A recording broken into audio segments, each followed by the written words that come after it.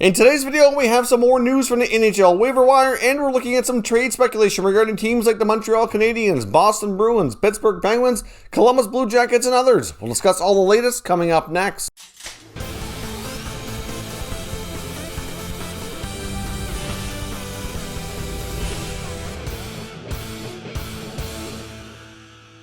So welcome back to another video here at Top Shelf Hockey. Now before we jump into today's trade talk, I want to take a look at the news from the waiver wire. There's really nothing substantial. Yesterday we had two players on waivers. That's Penguins forward Colton Seaver and Justin Dowling of the Dallas Stars. Neither player were claimed. Both remain with their organization, so they've cleared waivers, and those teams now have the option to reassign them to either their taxi squad or their minor league affiliate, should they feel desired to do so. Now, jumping into today's trade talk, I want to talk about the Boston Bruins. Now, yesterday we talked a bit about Jake DeBrusk and the Boston Bruins maybe running out of patience, or at least getting close to that point, that they're going to be probably looking to make some upgrades ahead of the playoffs when it comes to secondary scoring, possibly a left shot defenseman as well, and that Jake DeBrusk very well could be used as part of the return to accomplish what they're looking for.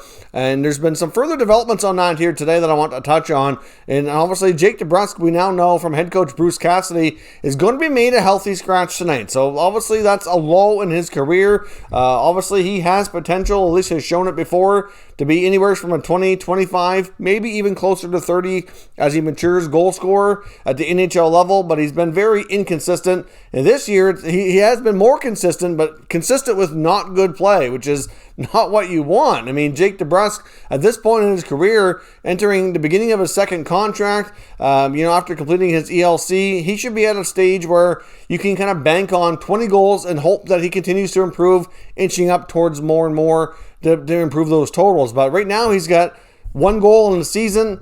Things are not going well. The team as a whole is doing well, but they need him to be better. I mean, obviously right now, secondary scoring in Boston is a major concern, and they do have some other guys that are chipping in, but DeBrusk is a guy, along with a guy like Ondrej Kase, who was last year and this year were kind of expected to be bigger pieces, and they've really turned out not to be. I mean, David Krejci to his as well. You can't kind of cut him too much slack. He also hasn't scored this year, but typically in the past, Krejci's been a solid playoff performer. He is putting up the assist as well, so I think the effort is better. But Cassidy basically said they're not getting the consistent effort from DeBrusk like they need, and his overall play just isn't where it needs to be. It's just that quite simple. Now, of course, like I mentioned before, the problem with Boston, though, is obviously if they were to go after a left shot defenseman like a Mattias Ekholm, for example, who's somebody that many feel that they will be inquiring on and attempting to acquire because he would be a perfect fit for what they're looking for, a good, solid defensive style guy,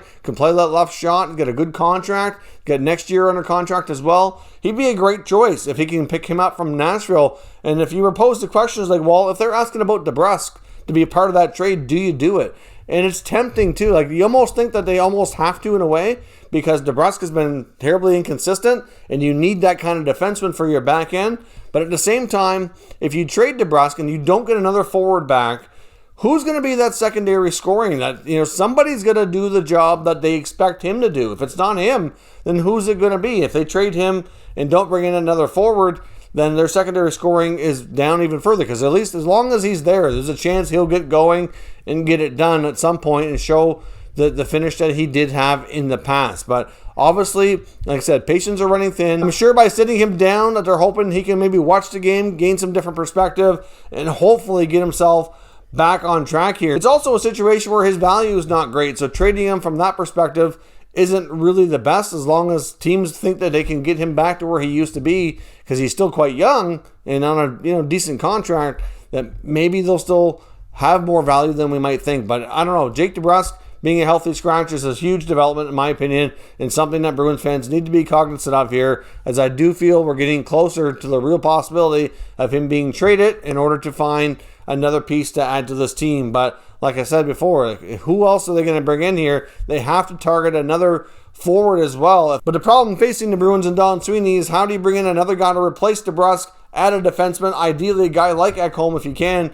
Just what other pieces you're going to have to include here to get it done. It's not going to be an easy task, so we'll see what they can come up with here. Now, quick update out of Anaheim. There's been a lot of rumors about Ryan Getzlaf. Now, I've talked about Getzlaf and the Ducks before, indicating that I feel like they're only going to move the captain if he wants to be traded. And that's basically what's coming out of the mouth of GM Bob Murray. Now, Bob Murray's made comments saying that he keeps hearing trade rumors in the media, saying that Getzlaf very well could be moved, and he's made it clear that he's not going to do so. Now, like as I mentioned before, you take everything that a GM says with a grain of salt. They're not going to reveal their plans to you publicly, but I do kind of believe this one, that he's only going to move Getzlaf if he goes to him and says, you know what, I'm a pending free agent. I might come back in the offseason, but I'd really like to chase another Stanley Cup. Can you see what you can do to find me a contender to be traded to? He would do his best to help out his captain. Doesn't mean he has to leave permanently. Obviously, they've also made mention that they're going to put off talking about a new contract till the offseason. They're going to see how the rest of the year goes. Getzlaf's going to see how he feels after the season wraps up, and then they will decide what the future holds for their relationship beyond that given time. We'll see what happens. But as I mentioned before, if you hear rumors on Getzlaf, I don't really see anything happening unless he decides he wants to go chase a Stanley Cup. Now, there's also some talk about the Columbus Blue Jackets wanting to trade for a center. Big surprise. They moved out their number one center, Pierre-Luc Dubois, in that massive trade with the Winnipeg Jets earlier this year, which saw them acquire Patrick Laine and Jack Roslovic. Now, Roslovic certainly had his time playing center as well, but obviously after a number of games, the consistency kind of started to fade, and I guess they were probably wondering right now if Roslovic will be a center for them long term or if he'll end up being a winger. Either way, they both fit in decently there. I don't think they had too many concerns about the acquisition and the trade as a whole, but now they're weakened down the middle, which was something that was apparent from the get-go. They knew that was going to be an issue, but I think they were hoping that between a guy like Roslovic, maybe a guy like Alex Texier, and even Max Domi, who they acquired from Montreal in the offseason for Josh Anderson,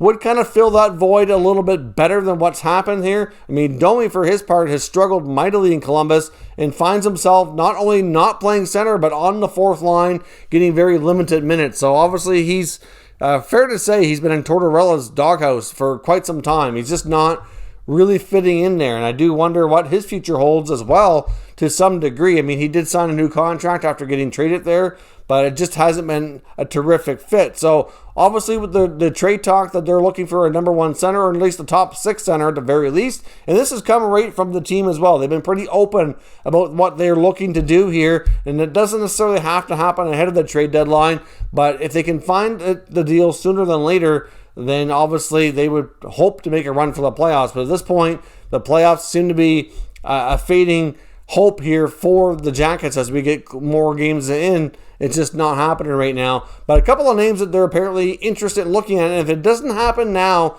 players that they're going to be free agents in the offseason that they're likely going to be speaking with about possibly signing there, and that's Ryan Nugent-Hopkins and Phillip Danault. I mean, both players are excellent center icemen, both slightly different types of player, but guys that can be responsible at both ends of the ice.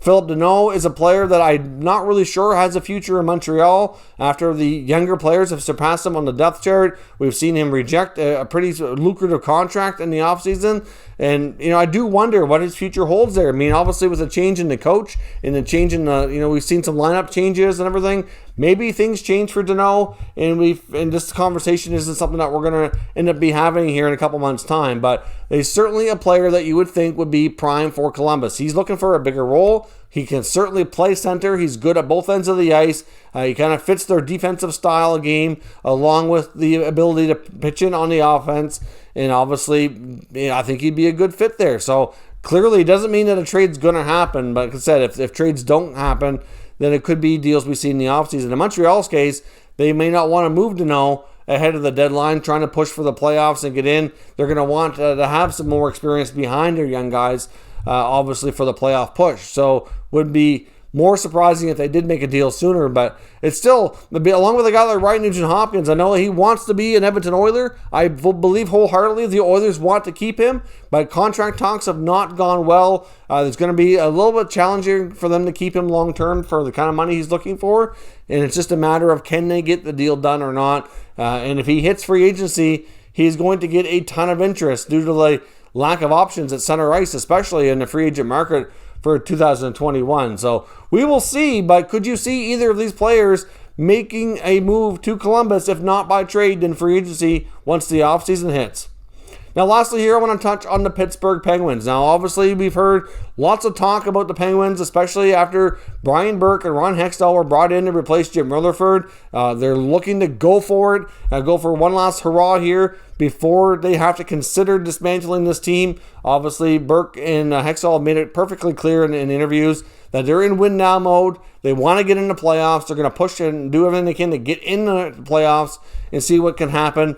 And if they don't have a lot of success, then they're going to have to reconsider going in a different direction in the offseason. But clearly, adding some depth would be a much need for the Pittsburgh Penguins. Adding to that bottom six, getting healthy as well will be important. I know like a guy like Jason Zucker right now is off injured. That would be a big help for them to get him back. But a couple of names that have been brought up here that possibly could be trade bait for what could go out and what could come in. Apparently the Penguins, according to multiple reports, are somewhat interested, or at least wondering about some players on the Buffalo Sabres who are apparently wide open for business, according to Elliot Friedman. A couple of players with the Sabres that would be a big help to the Penguins' bottom six could be a guy like Eric Staal, or even a guy like Curtis Lazar. Now, Lazar is not a name that gets a lot of attention, a lot of fanfare, but he was a first-round pick of the Senators back a number of years ago. He's fought his way to stay in the NHL and has carved out a pretty decent showing during his time in Buffalo as being a guy who can do a lot of different things and be a pretty useful utility player. Doesn't get you a lot of goals, but he works hard. He can check.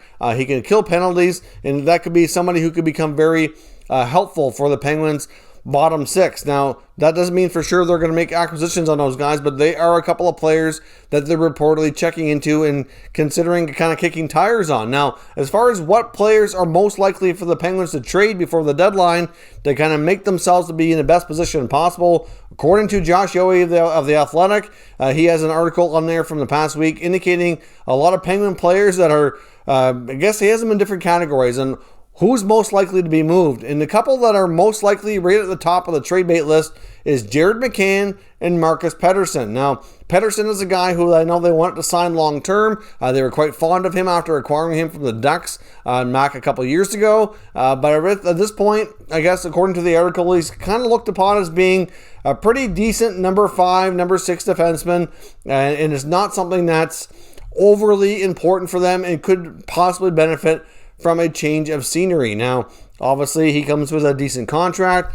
So for a third pair guy, you know, somebody that teams could be interested in. Jared McCann's still relatively young as well. Now, Jared McCann's another guy still relatively young. Actually, he just came back from injury. Has actually scored a couple goals recently as well. Looked pretty decent. You know, some view him as being the number 3 center for Pittsburgh. Obviously, if he were to be traded for a guy like Staal, obviously Staal could take over that role. Colton Seaver's another name we just saw go through waivers. So, you know, those are the 3 guys between Seaver, McCann, and Pettersson that the Penguins are likely going to be shopping here to try to make some upgrades and give themselves the best shot to win. I know they've tried numerous times on the goaltending to make an upgrade, but to be honest, since they made the hirings there of Hextall and Burke, their goaltending has been way, way better. So I think they're probably going to lay off finding another goalie because it's going to prove to be difficult. And with the way they've been playing, maybe they just ride the things out and stay the course here and stick with what they have. But obviously adding up front in the bottom 6 for some extra depth, getting Zucker healthy, and maybe making some blue line changes very well could be the route that they go through. I wouldn't completely rule out Mike Matheson as well, but he has played pretty well as of late. I mean, he is not very good defensively, but he's actually he's a good skater, and he's been pretty solid offensively, and actually he's been better recently. So I would think he would be less likely. The article does mention him as a potential name, but less likely than the other 3 that we mentioned. So let me know what changes you think that Brian Burke and Ron Hextall will make to this Penguins roster in an attempt to give them one more shot at glory here before they have to consider doing a teardown and sending this team in a different direction. Let me know your thoughts in the comments and we'll discuss further. If you're new to the channel, consider subscribing and turning on your notifications so you don't miss any future content, and give this video a thumbs up if you enjoyed it. I'd appreciate it if you did. As always, thank you for watching, and I'll catch you next time.